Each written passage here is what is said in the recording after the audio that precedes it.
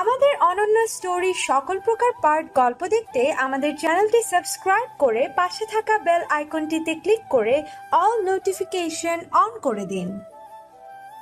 হুট করে বাবা এ কেমন সিদ্ধান্ত নিল, আর কেনই বা নিল? পাত্রপক্ষের সামনে শাড়ি গহনা গাঁটি পরে বসে আছে রাগান্বিতা। চুপচাপ আর লাজুক লাজুক ভাবটা মুখে থাকলেও ভেতরে ভেতরে প্রচণ্ড রকমের রেগে আছে রাগান্বিতা। তবে সে বুঝতে পেরেছে কালকে রাগের চোটে করা পাগলামিটা আর বাবাকে প্রেমপত্রখানা দেখানোর জন্যই আজ এমনটা হয়েছে। রাগান্বিতা চুপটি করে বসে আছে। তাকে দেখতে আসার মতো তেমন কিছু নেই। সবাই জানে তালুকদার বাড়ির 2 রূপবতী কন্যার কথা। তারা তো এসেছে সোজা পাকা কথা বলার জন্য। খুব শীঘ্রই বিয়ে পড়িয়ে তারা তাদের বৌমাকে ঘরে উঠাতে চাইছেন। পাত্রের নাম মাহাদ। পড়াশোনায় বিএ পাশ, বর্তমানে বাবার বিশাল ব্যবসা সামলায়। দেখতে শুনতে মোটামুটি।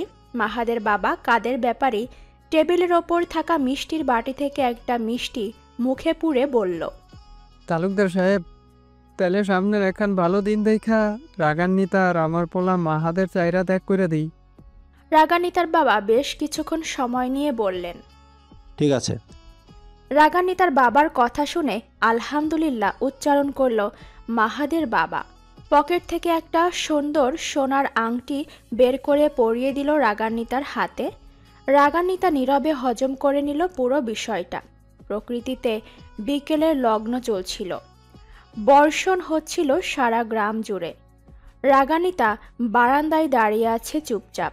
বর্ষণের খানিক ফোঁটা ফোঁটা এসে লাগছে তার মুখে। শরীরও ভিজাচ্ছে অল্প স্বল্প। রাগান্বিতার মন ভালো নেই। তার বিয়ে হতে চলেছে 7 দিনের মধ্যে। এত দ্রুত সবটা হয়ে যাবে এ যেন কল্পনাও করতে পারেনি রাগান্বিতা। রাগান্বিতার মন খারাপটা ঠিক কোন জায়গায় তাই বুঝচ্ছে না। বাবাকে ছেড়ে চলে যেতে হবে এটার জন্য দুঃখ হচ্ছে, নাকি অন্য কোনো কারণ এটাই ধরতে পারছে না সে। তবে তার জানা মতে পরিবারকে ছেড়ে যেতে হবে এজন্য খারাপ লাগতে পারে, এছাড়া আর তো কোনো কারণ দেখছে না। সাইকেলের বেল বাজলো। রাগান্বিতা চমকে উঠল, তবে ভাবল না চরম রাগ হচ্ছে। এই চিঠির জন্য আজ তার এভাবে বিয়ে হতে চলেছে। রাগান্বিতার ভাবনার মাঝেই ওর মাথায় হাত বুলালো দাদিমা। রাগান্বিতা পাশ ফিরে তাকালো, বলল, আচ্ছা দাদিমা, বাবা কি এভাবে হুট করে আমার বিয়ে ঠিক করে কাজটা ঠিক করলো? আমার তো সামনে এসএসসি এক্সাম ছিল, বাবার তো স্বপ্ন ছিল অনেক আমায় নিয়ে, তাহলে এমনটা কেন করলো? দাদিমা দীর্ঘ শ্বাস ফেলে বলল, ভয়ে। দাদিমার কথা শুনে বিস্মিত দৃষ্টিতে তাকিয়ে বলল রাগান্বিতা, ভয়ে? কিসের ভয়ে? ঠিক ভয়ও কম যাইব না, দুশ্চিন্তা হইতে পারে।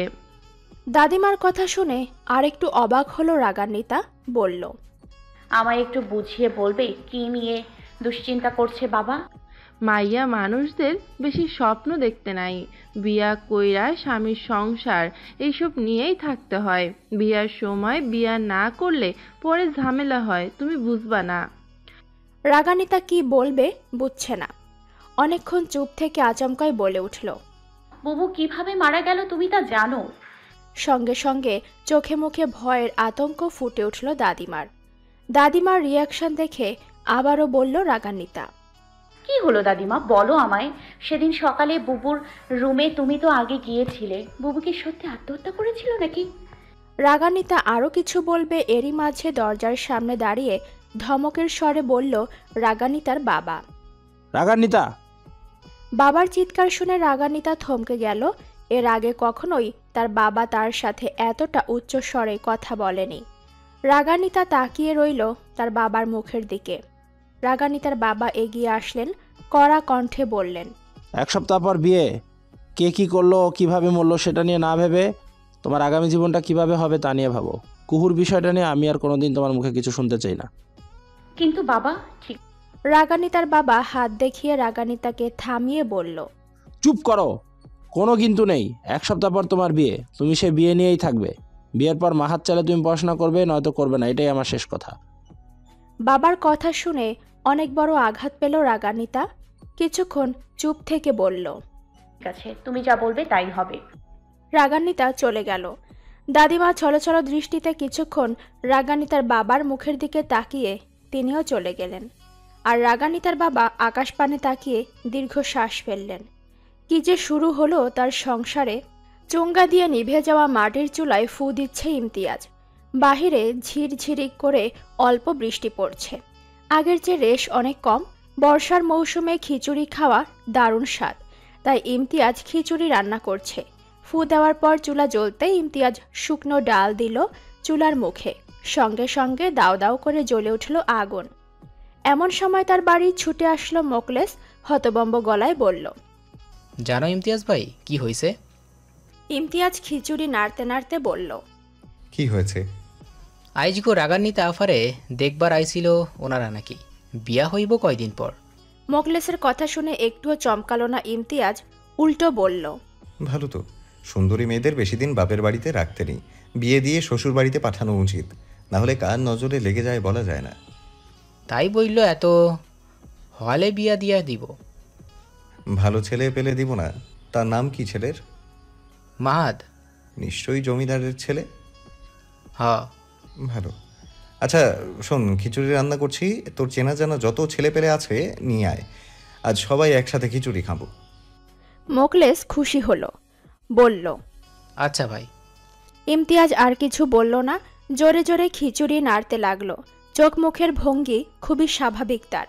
পরের দিন সকাল 7টা। চুপি চুপি বাড়ি থেকে বেরিয়ে নদীর পাড়ে হাঁটতে গেল রাগান্বিতা। তার কিছু ভালো লাগে না। বারবার মনে হচ্ছে দাদিমা আর বাবা বুঝি তার থেকে কিছু লুকাচ্ছে, কিন্তু কেন কিছু লুকাচ্ছে? রাগান্বিতার হাঁটতে হাঁটতেই নজরে আসলো নদীর এক কোণায় নৌকা নিয়ে দাঁড়িয়ে আছে ইমতিয়াজের দিকে। তবে আজ আর লুঙ্গি ফতুয়া পরেনি, শহুরে পোশাক পরেছে, চোখে চশমা, গায়ে পাতলা চাদর। রাগান্বিতার এই ছেলেটাকে বড্ড ভালো লাগে। কেন লাগে জানা নেই। ওই যে কথায় বলে না, নিষিদ্ধ জিনিসের ওপরই মানুষের ঝোঁক বেশি। রাগান্বিতা চুপচাপ চলে যাচ্ছিল। হঠাৎই ইমতিয়াজ বলে উঠল, কথা না বলেই চলে যাচ্ছেন যে? রাগান্বিতার পা আটকে গেল। সে বোঝে না এই ছেলেটা তাকে না দেখেও তার উপস্থিতি টের পায় কি করে। রাগান্বিতা পেছন ফিরে ঘুরল, বলল, না, বাড়িতে বলে আসিনি, বাবা জানলে রাগ করবে। ও আচ্ছা, শুনলাম বিয়ে নাকি ঠিক হয়ে গেছে। দাওয়াত রইল, আসবেন কিন্তু। জি অবশ্যই, সময় থাকলে আপনার বিয়ে খেয়েই আমি গ্রাম ছাড়বো, মানে চলে যাব। খানিকটা খারাপ লাগলো রাগান্বিতার। নিশ্চুপ স্বরে বলল, চলে যাবেন? গ্রাম দেখা হয়ে গেছে। আর কত থাকবো, ওদিকে শহরে আমার ব্যবসা লাটে উঠছে। ইমতিয়াজের কথা শুনে রাগান্বিতা হেসে ফেলল, বলল, তাহলে তো আপনি দ্রুতই যেতে হবে। সপ্তাহ খানেকের মতো আছি, তার মধ্যে আপনার বিয়েটা হলে খেতে পারবো, নয়তো আমায় যেতে হবে। ইমতিয়াজের কথা শুনে রাগান্বিতার হাসি থেমে গেল। গম্ভীর এক আওয়াজে বলল, চিন্তা নেই, সপ্তাহের মধ্যেই হয়ে যাবে, সেটা আপনি খেয়েই যেতে পারবেন। ও আচ্ছা, তাইলে তো দারুণই খবর। নৌকা নিয়ে কোথায় যাচ্ছেন? কোথাও যাচ্ছি না, এখানেই দাঁড়িয়ে আছি চুপচাপ। ও আচ্ছা, যাই এখন, বাবা জেনে গেলে সমস্যা হবে। ঠিক আছে যান। রাগান্বিতা আর দাঁড়ালো না, দ্রুত চলে আসতে নিল নদীর পাড় থেকে। হঠাৎই ইমতিয়াজ ডেকে উঠল, মধুর কণ্ঠে শুধালো, রাগান্বিতা শুনছেন, একটা কথা ছিল। হঠাৎই ইমতিয়াজের কণ্ঠটা কানে বাজতেই রাগান্বিতা থেমে গেল। তার পা আটকে গেল ওখানেই। সে নীরবে পেছন ঘুরে বলল, জি বলুন। ইমতিয়াজ সময় নিল। 2 মিনিট 4 মিনিট করে কতক্ষণ সময় গেল। রাগান্বিতা খানিকটা বিরক্তি নিয়ে বলল, কি হলো, আপনি কিছু বলছেন না কেন? ইমতিয়াজ আর দ্বিধা করল না, ফট করেই বলে উঠল, আপনি বেশি ঘর থেকে বের হবেন না, আপনাকে দেখলেই আমার বড্ড বাজে অনুভূতি হয়। ইমতিয়াজের কথা শুনে রাগান্বিতা কি বলবে বুঝতে পারল না। কিছুক্ষণ সময় নিয়ে মুচকি হেসে বলল, আমি কোনো সাহায্যকারী নই যে আপনার বাজে অনুভূতি কমানোর জন্য বাড়ি থেকে বের হওয়া বন্ধ করে দিব। তাহলে সব সময় কাছে থাকুন না। আপনি রাখতে পারলে ঠিক থেকে যেতাম। বলেই রাগান্বিতা আর দাঁড়ালো না। ফট করে কি বলে ফেলল তার কেমন লজ্জা লজ্জা লাগছে। অন্যদিকে রাগান্বিতার কথা শুনে ইমতিয়াজ হেসে ফেলল। রাগান্বিতার যাওয়ার পানে তাকিয়ে থেকে নিম্নস্বরে বলল, কদিন পর যার বিয়ে সে রাখতে পারার কথা বলছে, বিষয়টা দারুণ তো। ইমতিয়াজ নদীর দিকে ঘুরে তাকালো, ঢেউয়ের পানে চাইল। বাতাস হচ্ছে, প্রকৃতি জুড়ে কি সুন্দর, হৃদয়টাকে ফুরফুরে করছে। ইমতিয়াজ তার চোখ বন্ধ করে মনে মনে আওড়ালো, কাছে আসলে যে সব জ্বলে পুড়ে ছারখার হয়ে যাবে, তুমি কি তা সইতে পারবে রাগান্বিতা? সন্ধ্যার দিকে নিজ রুমে ল্যাম্প জ্বালিয়ে বসে আছে রাগান্বিতা। ল্যাম্পের বিন্দু বিন্দু আলোর পানে চেয়ে আছে নীরবে, কি যেন ভাবছে। ইমতিয়াজ নামটা যেন খুব বেশি হৃদয়ে গেঁথে গেছে। কি এক জ্বালায় পড়ল রাগান্বিতা, ছেলেটা কেন আসলো তাদের গ্রামে? আর কি কোনো গ্রাম ছিল না? তাদেরটাই দেখল। রাগান্বিতার কিছু ফিল হচ্ছে, মন বড্ড চাইছে ইমতিয়াজ থাকুক সারাক্ষণ সর্বক্ষণ তার পাশে। ছেলেটা বুঝি পাগল করে দিল রাগান্বিতাকে। আচ্ছা, প্রেমে পড়া কি এতই সহজ? সেই কদিন আগে প্রথম দেখল বিকেলের লগ্নে বাঁশি বাজাতে থাকা সেই ইমতিয়াজকে। না, শুধু ইমতিয়াজ না, ইমতিয়াজ শিকদারকে। রাগান্বিতা আনমনে হেসে ফেলল। এমন সময় তার রুমে কড়া নাড়ল তার বাবা। সঙ্গে বললেন তিনি, রাগান্বিতা, তুমি কি ঘরে আছো? রাগান্বিতা পুরো দমে চমকে উঠল। নিজের ভাবনা থেকে বেরিয়ে হতবম্ব হয়ে বলল, জি বাবা। রাগান্বিতার বাবা ভেতরে ঢুকলেন, বিছানায় বসে নিশ্চুপ বলতে লাগলেন, আমারে ভুল বুঝিস না রে মা, এই বিয়েটা হওয়া খুব দরকার। তোকে যে গ্রাম ছাড়তেই হবে, তোর ভালোর জন্য এই বিয়েটা দিচ্ছি। মাহাত খুব ভালো ছেলে, দেখবি তুই ভালো থাকবি, সুখেও থাকবি। পড়াশোনা করার তোর ইচ্ছা থাকলে মাহাত পড়াবে তোকে, বলেছে আমায়। তুই রাগ করিস না রে মা, বাবা তোর ক্ষতি চায় না রে। বাবার কথা শুনে বড্ড খারাপ লাগলো রাগান্বিতার। কতক্ষণ আগে ইমতিয়াজকে নিয়ে তার ভাবনার কথা মনে পড়তেই ভেতরটা কেমন করে উঠল। সে ভুলেই গেছিল তার যে বিয়ে ঠিক হয়ে গেছে। রাগান্বিতা টেবিল ছেড়ে বাবার দিকে এগিয়ে গেল, আলতোভাবে বাবার পায়ের কাছে বসে বলল, কিসের ভয় পাচ্ছ বাবা, আমায় বলো না। সব কথা যে জানতে নেই মা। আমায় বলো বাবা, আমি বিয়ে করব, কিন্তু তার আগে আমায় সবটা বলো বাবা। লুকানোর বিষয়টা কি বুবুকে নিয়ে? রাগান্বিতার বাবা মাথা নাড়লেন, যার অর্থ হ্যাঁ। রাগান্বিতা যেন পুরোদমে অবাক হলো বাবার কথা শুনে। তার মানে তার আন্দাজটা ঠিক ছিল। রাগান্বিতা আর একটু জোর দিয়ে বাবাকে জিজ্ঞেস করল, বুবু কি তবে আত্মহত্যা করেনি বাবা? রাগান্বিতার বাবা কিছুক্ষণ চুপ থেকে বলল, জানি না। রাগান্বিতা হতাশ হলো, উত্তেজিত কণ্ঠে বলল, তুমি কি কাউকে সন্দেহ করছো? না। তাহলে কি বিষয় নিয়ে বুবুর কথা বলবে? রাগান্বিতার বাবা কিছু বলবে, এরই মাঝে তাকে ডাকলো রেজওয়ান। চেঁচিয়ে বলল, বাবা, বাবা কোথায় তুমি? রেজওয়ানের কথা শুনে রাগান্বিতার বাবা দুজনেই যেন চমকে উঠল। দ্রুত বসা থেকে উঠে দাঁড়িয়ে বলল, রেজওয়ানের আবার কি হলো?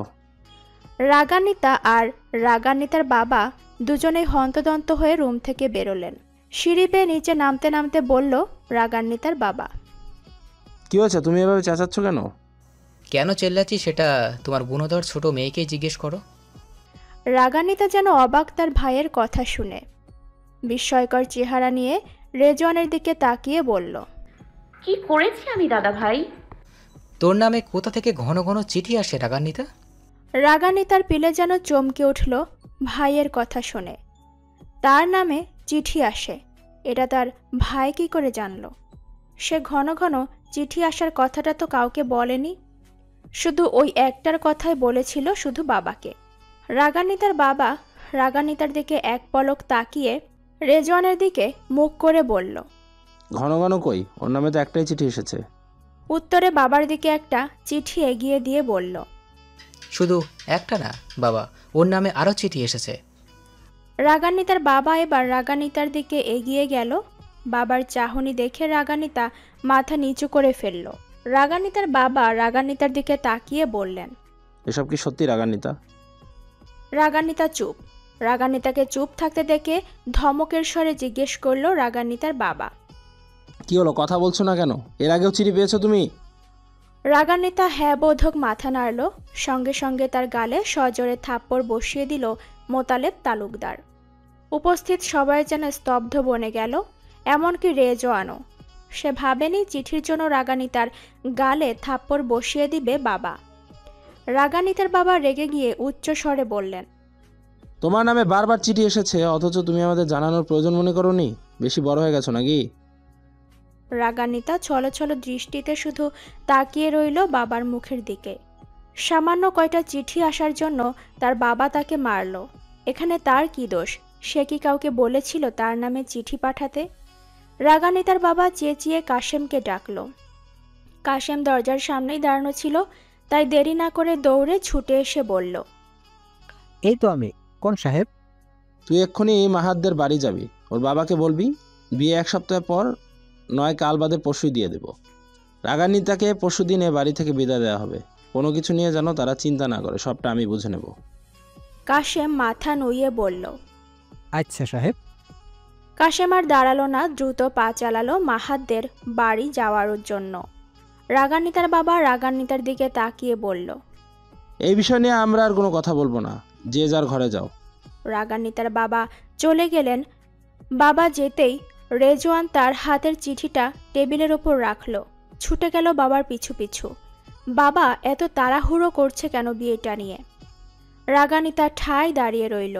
দূরের রন্ধনশালা থেকে বেরিয়ে দাদিমা অনেক আগে থেকেই দাঁড়িয়েছিলেন। তিনি রাগান্বিতার দিকে তাকিয়ে রইলেন অনেকক্ষণ, কিন্তু এগিয়ে গেলেন না। দীর্ঘশ্বাস ফেলে চলে গেল। আর রাগান্বিতা মাথা তুলে তাকিয়ে এগিয়ে গেল চিঠিটার দিকে। কতক্ষণ আগে ডাক পিয়ন এসেছিল তাদের বাড়ির সামনে, কিন্তু আজ রাগান্বিতার কাছে চিঠি পৌঁছানোর আগেই রেজওয়ান বাড়ির ভেতর ঢুকে ডাক পিয়নকে জিজ্ঞেস করে এখানে কি। তখনই বলে রাগান্বিতার নামে চিঠি এসেছে। রেজওয়ান চিঠিটা নেয়, অন্য কেউ থাকলে দিত না, কিন্তু রেজওয়ানের রাগ সম্পর্কে ডাক পিয়ন অবগত ছিলেন, তাই দিয়ে দেন। ডাক পিয়ন যেতে নিলেই রেজওয়ান প্রশ্ন করে, এমন চিঠি কি আরও এসেছে রাগান্বিতার নামে? তখন ডাক পিয়ন হয় আরও আইছিল বলে দেয়। ব্যাস, তাতেই রেজওয়ান রেগে যায়। তার বোনের নামে বারবার চিঠি আসে, অথচ তারা জানেই না। রাগান্বিতা কতক্ষণ চিঠিটার দিকে তাকিয়ে থেকে চিঠিটা হাতে নিল, খাম তুলে দেখল, সেখানে লেখা, কি এক অদ্ভুত ব্যাপার, একখানা মুখ দেখার জন্য হৃদয়টা করছে বড্ড হাহাকার। দেখা কি দেবে সখী, নাকি না দেখে এই যৌবন করবো পার? রাগান্বিতা লেখাটা পড়েই চিঠিটা দুমড়ে মুচড়ে ফেলল, শক্ত করে চেপে ধরে ছুট লাগালো নিজের রুমে। এই চিঠিদাতাকে খুঁজে বার করতেই হবে তাকে, যেভাবেই হোক বার করতেই হবে। কে বারবার চিঠি পাঠাচ্ছে তার নামে?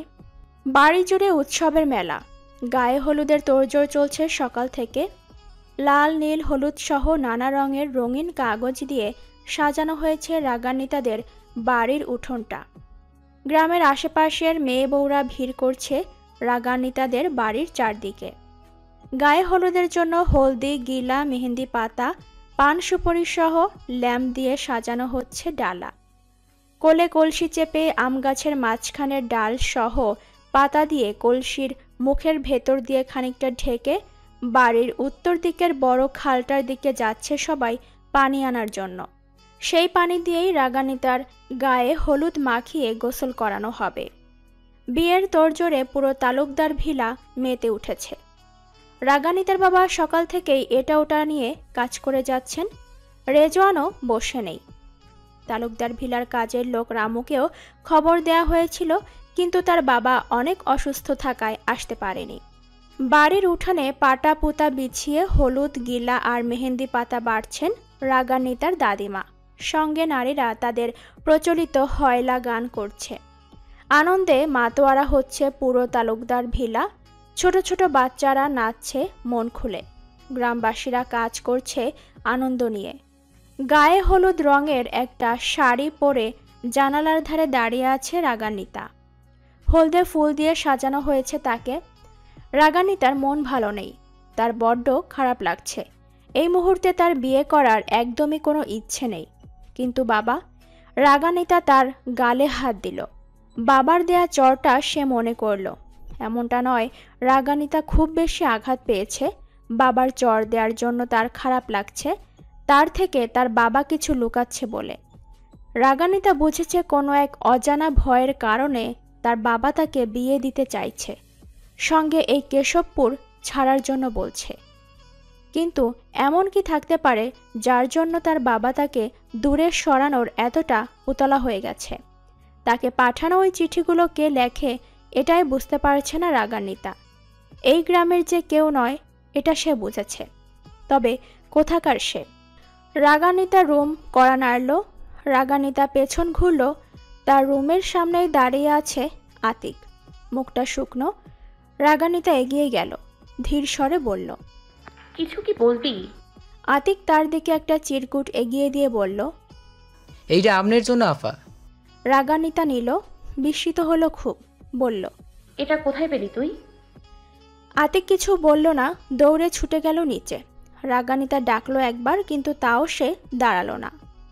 রাগান্বিতা চিঠিটার দিকে চেয়ে রইল অনেকক্ষণ। তার রাগ হলো নাকি ভালো লাগলো, নাকি অবাক হলো, নাকি ঘাবড়ে গেল, কোনোটাই বুঝল না। কারণ এই মুহূর্তে তার মধ্যে এই চিরকুটের প্রতি কোনো অনুভূতি কাজ করছে না। রাগান্বিতা তাও চিরকুটটা খুলল। 2টা অক্ষরে লেখা ছিল শুধু, ঠিক দ্বিপ্রহর। রাগান্বিতা শব্দ দুটো উচ্চারণ করল, তবে বেশি ভাবল না। এই বাক্যের হাতের লেখা ভিন্ন, এ ব্যক্তি সে নয়। এবার রাগান্বিতা টনক নড়ল। এ যখন সে নয় তাহলে কে? রাগান্বিতার ভাবনার মাঝেই দাদিমা রুমে হাজির হলেন, বললেন, রাগান্বিতা আহো, তোমারে এখন হলুদ মাখানো হইব। রাগান্বিতা চমকে উঠল, হাত থেকে চিরকুটটা পড়ে গেল তার। মুহূর্তেই পা দিয়ে সেটা চেপে ধরে দাদিমার দিকে ঘুরে তাকালো, বলল, তুমি যাও, আমি আসছি। রাগ হইও না বুবু, দেখবা তোমার জীবনটা অনেক সুখের হইব। রাগান্বিতা শুনল, মাথা নাড়িয়ে বলল, আমি রাগ হইনি, আমি বুঝেছি তোমরা কোনো কারণে আমার ভালোর জন্য এই বিয়েটা দিতে চাইছো। বাবাকেও বলে দিও আমার তার প্রতি কোনো অভিযোগ নেই। রাগান্বিতার বাবা শুনলেন, কারণ সে মেয়ের রুমের দরজার বাইরেই যে দাঁড়িয়েছিলেন। মাত্রই আসলেন তিনি দাদিমার পেছন পেছন রাগান্বিতার অবস্থাটা বুঝতে। রাগান্বিতার বাবা জানে তার মেয়ে খুশি নেই, তারপরও কি করার। রাগান্বিতার বাবা দীর্ঘশ্বাস ফেলে ওখান থেকে চলে গেলেন। এদিকে দাদিমা বলল, চলো তাইলে এখন তোমারে গায়ে হলুদ করান লাগবো। আসছি আমি, তুমি যাও। দাদিমাও শুনলেন আর জোর না করে বললেন, ঠিক আছে, একটু তাড়াতাড়ি আইও। আমি এক্ষুনি আসছি। দাদিমাও আর কথা না বাড়িয়ে চলে গেলেন। দাদিমা যেতেই রাগান্বিতা পায়ের নিচ থেকে চিটকুটটা বের করে তার পড়ার টেবিলের ড্রয়ারের ভেতরে রাখল। তারপর আর না ভেবে দ্রুত ছুটে গেল নিচে।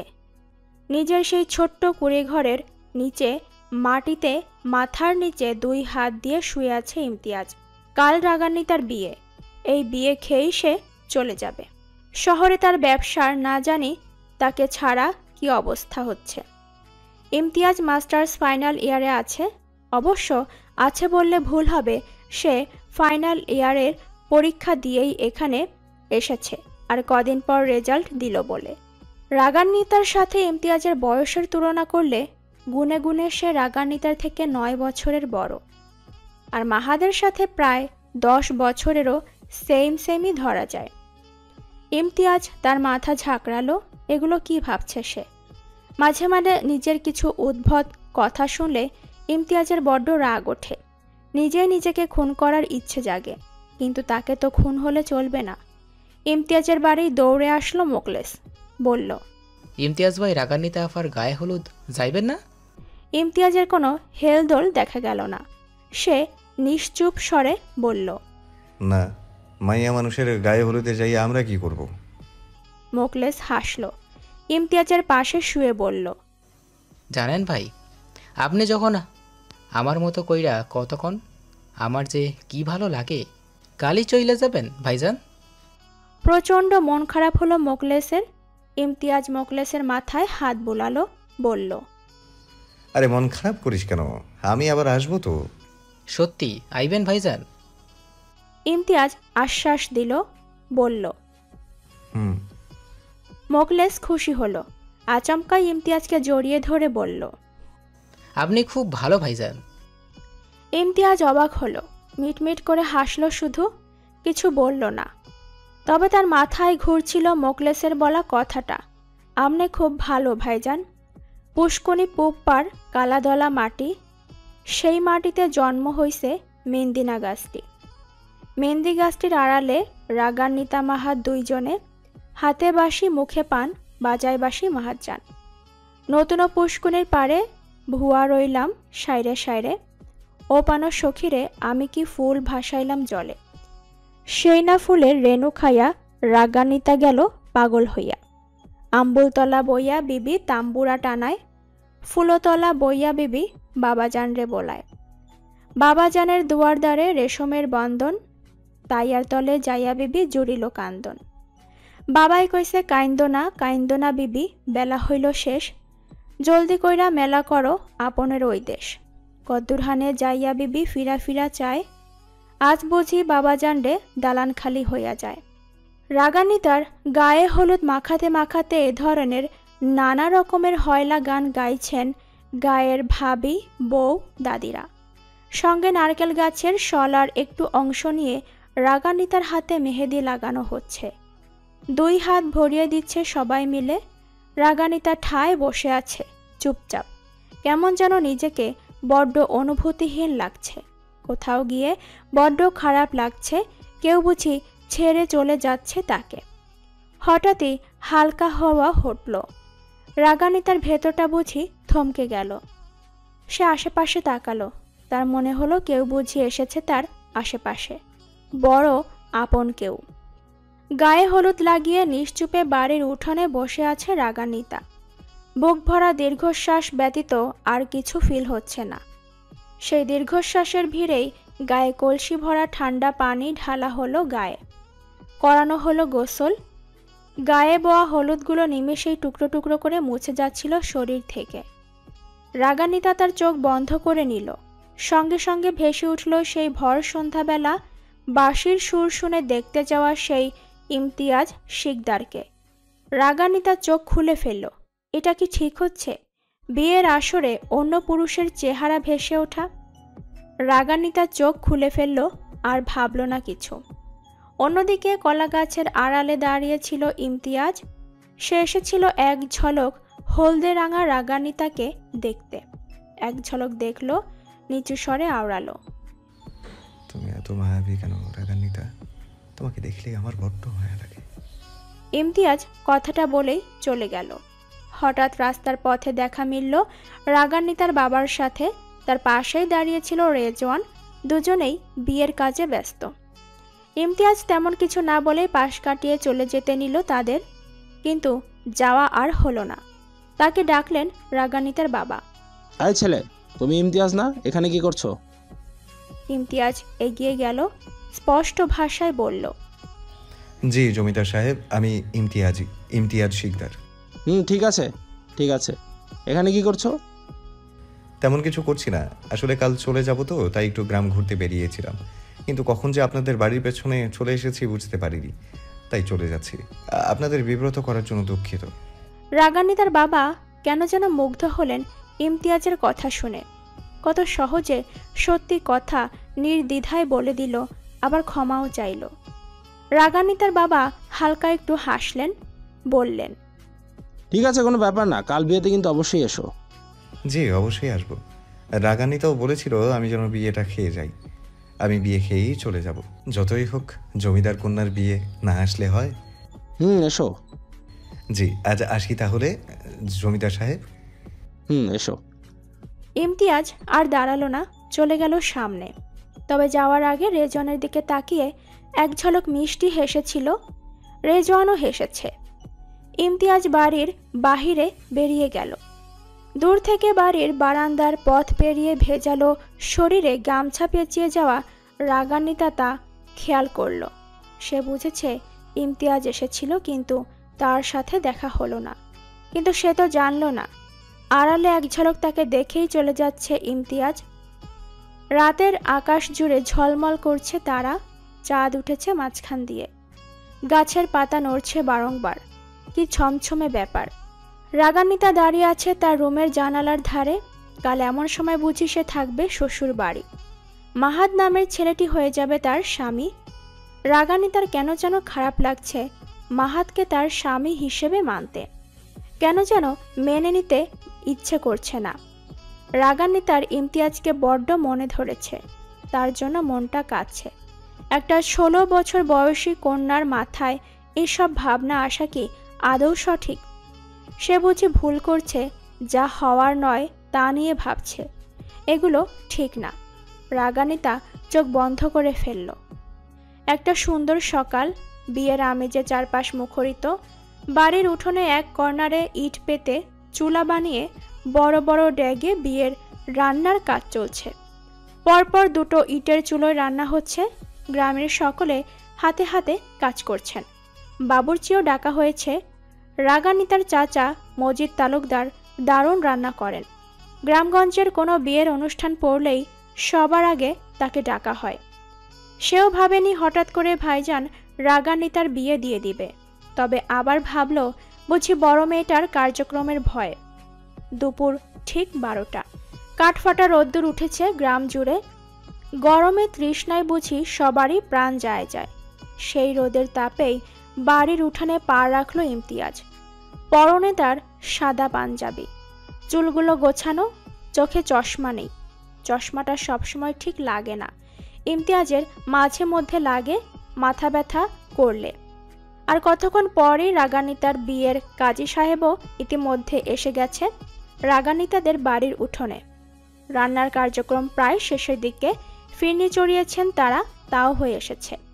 খাবার শেষে ফিরনি দেয়া এখানকার একটা রিচুয়াল বলা যায়। সব বিয়ের ক্ষেত্রেই ফিরনি মাস্ট থাকবে।